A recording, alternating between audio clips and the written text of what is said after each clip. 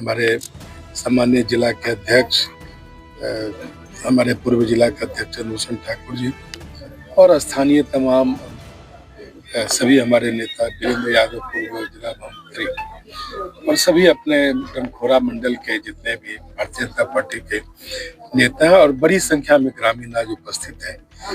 और जिस प्रकार का विभत्स दृश्य हम सबों ने देखा है, ये बड़े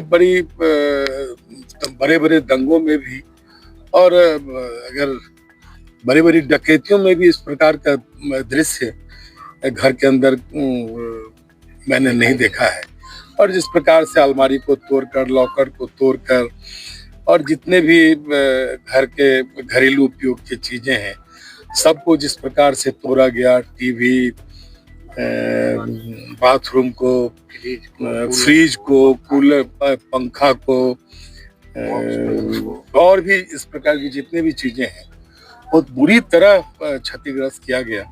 और एक परिवार के बच्चियों के साथ जिस प्रकार से अभद्रता पूर्वक जो पुलिस आए थे, तो जिस प्रकार से उन्होंने भद्रतापूर्ण व्यवहार किया है वो तो सबसे ज्यादा शर्मनाक है। हम सब एनडीए सरकार के विधायक हैं, लेकिन हमको भी अपने पुलिस प्रशासन पर शर्म आ रही है कि डंखोरा पुलिस स्टेशन के पदाधिकारियों के द्वारा एक वरीय अधिकारी के नेतृत्व में इस प्रकार की घटना का अंजाम दिया जाए। अलबत्ता डंखोरा पुलिस स्टेशन में जो घटना हुई वो भी दुर्भाग्यपूर्ण है और उसमें जो पुलिस कार्रवाई कर रही है उस कार्रवाई के लिए तो हम लोग कभी पुलिस को रोका गया और ना इस चीजों को हम लोग पसंद करते हैं।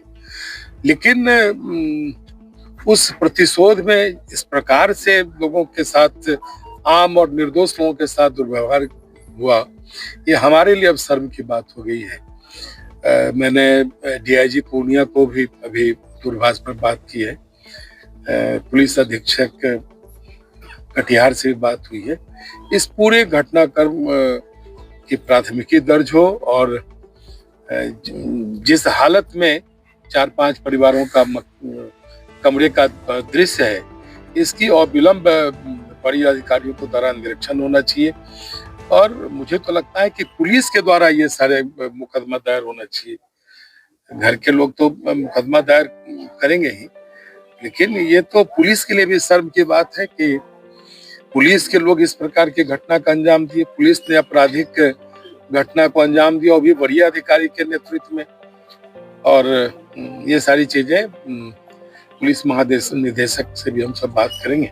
सर, इस घटना को लेकर गांव में बहुत डर बना हुआ है सर। नहीं, निश्चित तौर पर एक सारे लोग सहमे हुए हैं और एक भी महिला पुलिस नहीं है। और महिला पुलिस की भी क्या जरूरत थी? अगर किसी व्यक्ति ने अपराध किया है तो उस पर प्राथमिकी दर्ज होगी और उसका पर्यवेक्षण होगा, पुलिस जांच करेगी, लेकिन उसकी गिरफ्तारी होगी। लेकिन इस प्रकार से पुलिस उस कांड को लिपापोती करने के लिए, क्योंकि पुलिस ने जो शुरू में गलती की जिसके कारण से जो जनाक्रोश हुआ, खैर वो भी गलत था, लेकिन पुलिस स्वयं जो रक्षक है वो भक्षक बनकर नवादा गांव में अपने को प्रदर्शित किया है।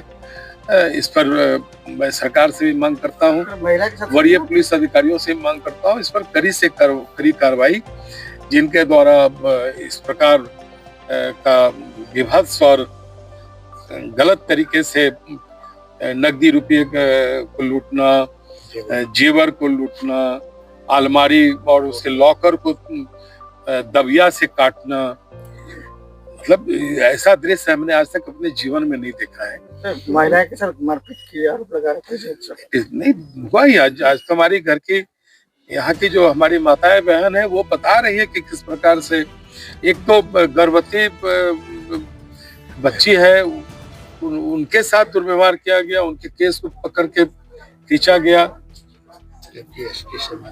और वो अनुसूचित जनजाति समाज से है और उनको भद्दा जाति सूचक शब्दों का इस्तेमाल करके गाली गलौज किया गया।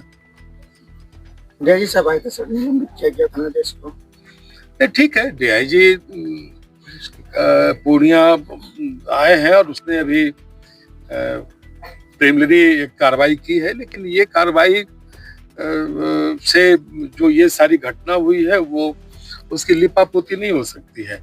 इस पर तो जिन लोगों ने इस घटना को अंजाम दिया उस पर प्राथमिकी दर्ज करके जो कार्रवाई हो वो मैं सरकार से मांग करूंगा और हमारे माननीय जो मुख्यमंत्री मैं उनसे भी बात करूंगा।